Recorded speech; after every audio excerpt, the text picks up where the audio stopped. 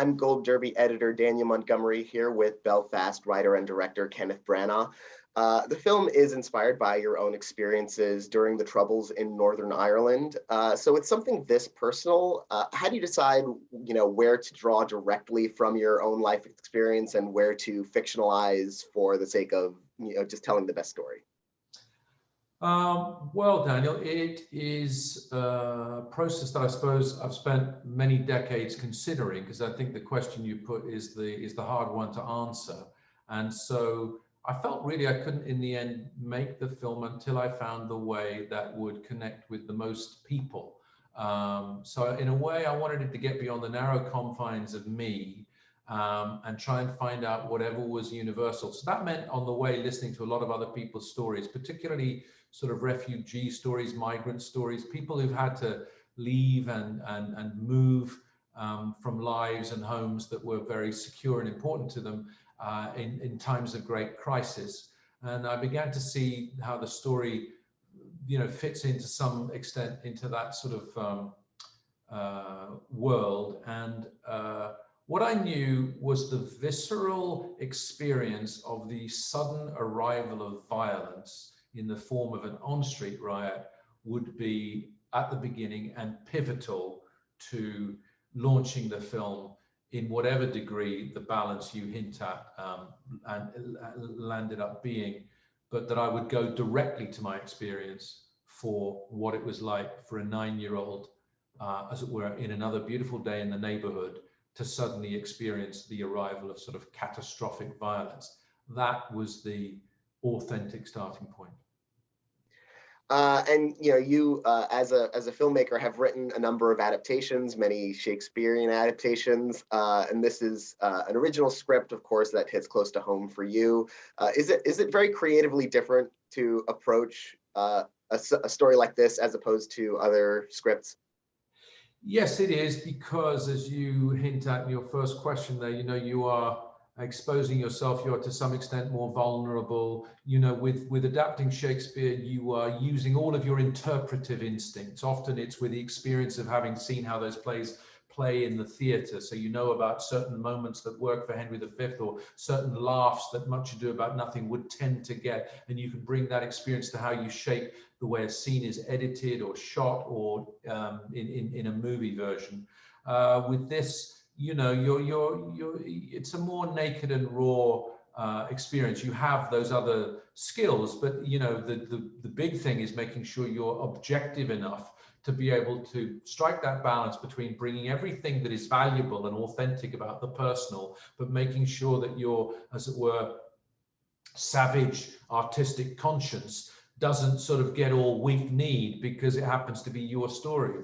And I suppose one of the clearest examples of having to do that was that in a version of this film, older Buddy comes back to Belfast. And I played older Buddy, as you might imagine, and I saw it in the movie and it didn't work. So I cut myself out of the film and did so without having to write that note saying, it wasn't you, it was me. So that sort of balancing act is a different scenario, I think, when it's your own piece. And another, interesting aspect of this film, of course, is that it's shot in black and white. How did you come to that decision, and how did that kind of affect, your visual approach to the film, knowing that you'd be shooting it that way? Well, one of the things that I gave myself permission to do here was to be as free with my instincts in this film as I possibly could. So when I more intuitively believed it should be in black and white, it was from the point of view of knowing that you could create tremendous variety by bringing the cinema sections into color and having the impact for the audience of what they had for me when I was a kid. Color blew my mind, and the big widescreen sort of technicolor charge of that really rocked my otherwise slightly monotonal, granity, gray, northern skies, visual. There's a lot of rain in Belfast growing up, and black and white, I intuitively felt gave it a kind of grandeur. There's a terrific Carol Reed film called Odd Man Out, set in Belfast. It's from the late 40s, early 50s, stars James Mason. And that was an inspiration, black and white, set in that city.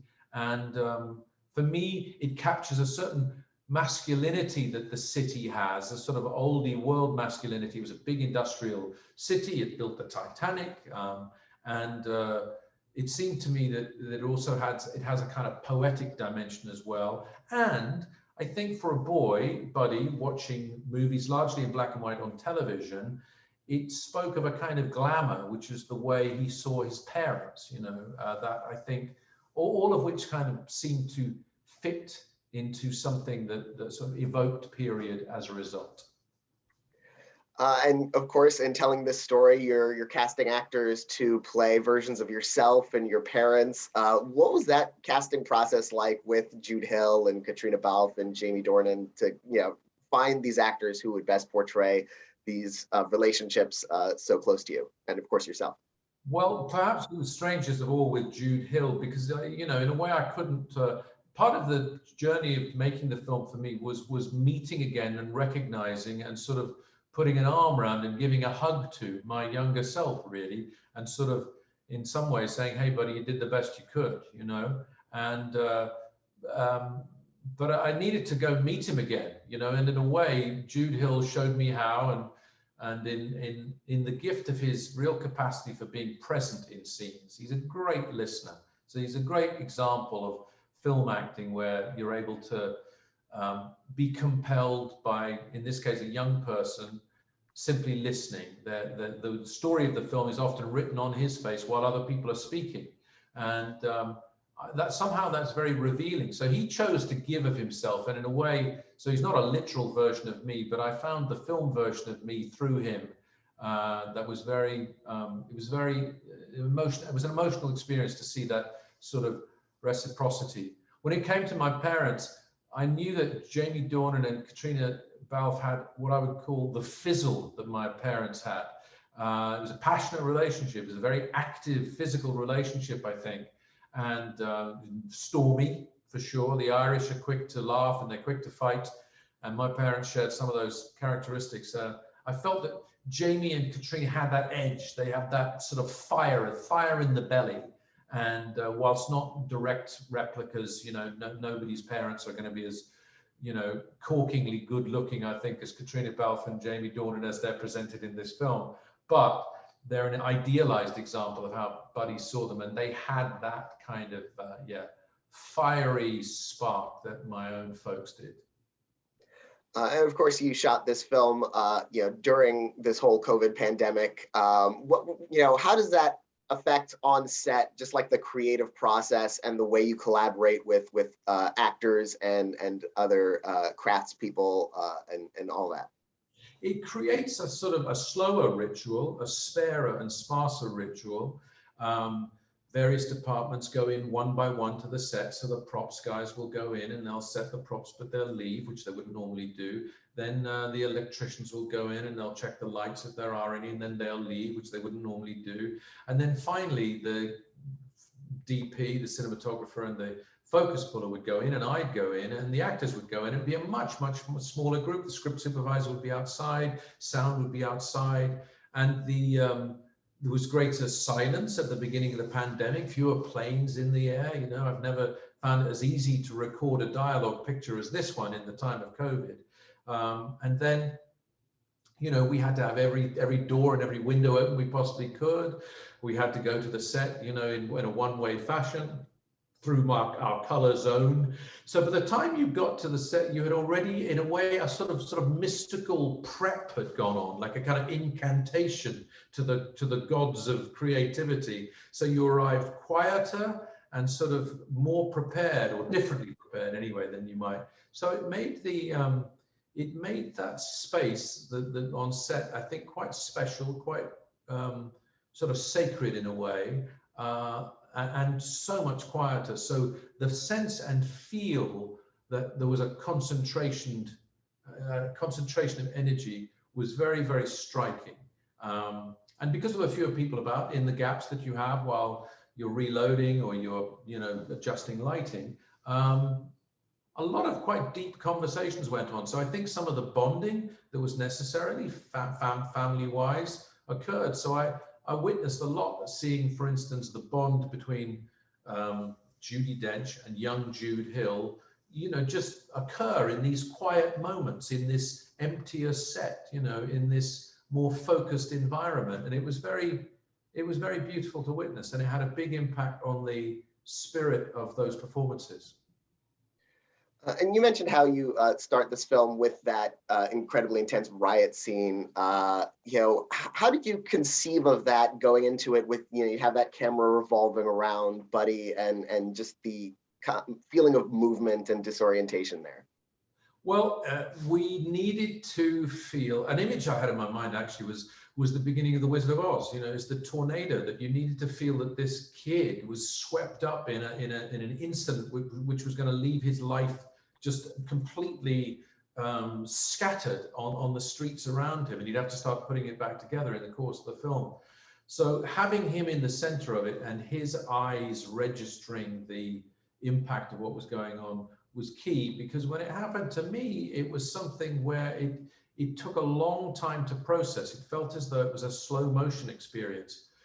It was something where I knew I wanted to commit to having all the moving parts in place. So every single member of our crowd was in that shot. Every single member of the residents of the street was in that shot. Jude Hill was at the center of it, and the violence would kick off during it. So it was going to be something that in shooting it had quite a high sort of adrenalized quality to it, which was very helpful for Jude. But also I was concerned that he didn't get too scared, and a real petrol bomb was flying, and we had to be safe, and crew and actors. So the idea was to create controlled pandemonium, and then having gone for this sort of spectacular lit fuse of a shot, that then the fireworks were in much smaller pieces. But in fact, it was the one day or two where we used multi-cameras. We had cameras in every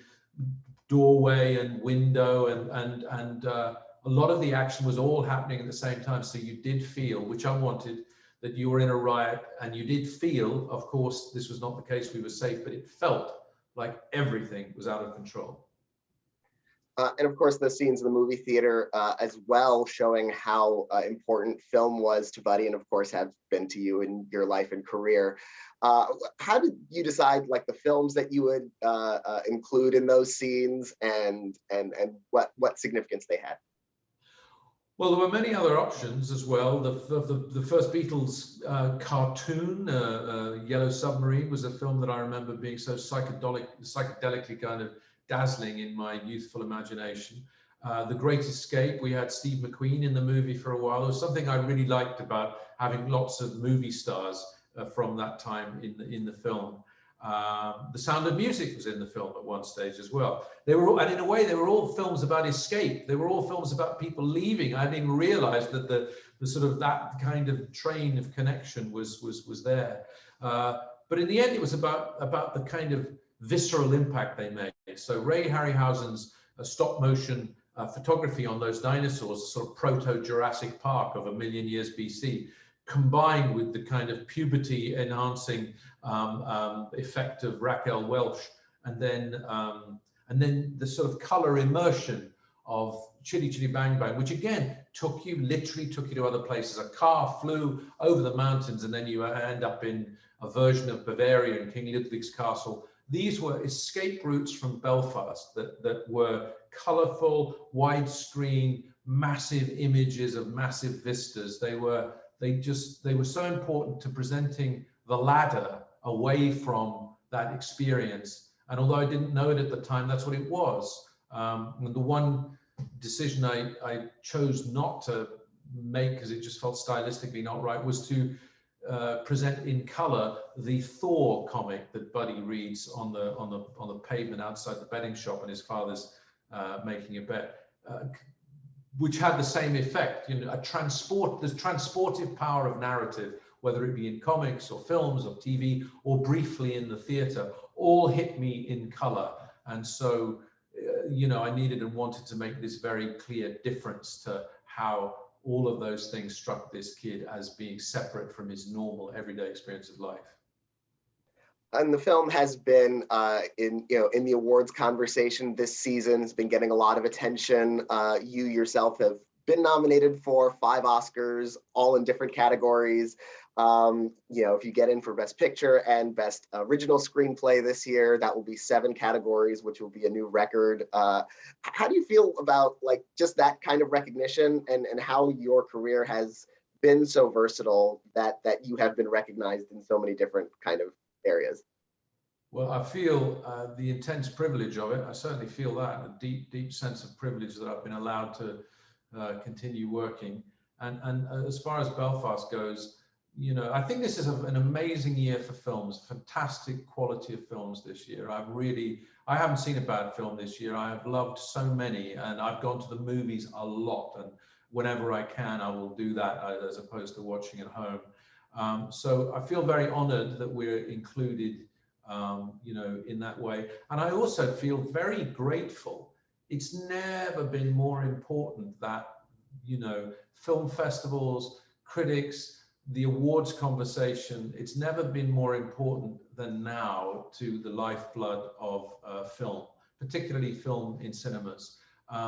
The attention brought to Belfast because of being part of this conversation is what still keeps it in cinemas right now, albeit a small number, but there it is. It's been going since November 12th. It's still hanging on in cinemas. It will continue to. I think we open in the UK on the 21st and internationally, and that wouldn't have been possible without these kinds of conversations. So I've never felt more strongly and passionately about the value of the joined up conversation of the entire community of film, because in a way it doesn't matter what the opinion is. If there is an opinion, sometimes passionate dislike will send people to a movie, because you're sure you disagree with whoever it was that said they didn't like this film or they did like this film. So I feel grateful for the opportunity, honored to be amongst a great group of films and even being considered in that way, and thankful that we're in a business that has a community that takes the trouble, yes, to criticize, but often, and thank God, to celebrate. And for that, I'm profoundly grateful. Yeah, I can definitely relate to that. I have seen negative reviews that made me want to see movies more than the positive ones. Yeah, I think a strong point of view means something has got under the skin of that person, and it doesn't make the film right and the person wrong. But you think, well, I want to feel alive like that, even if it's because I'm pulling my hair out. So I think it's a treat to have anybody give you the time to give you their opinion, frankly.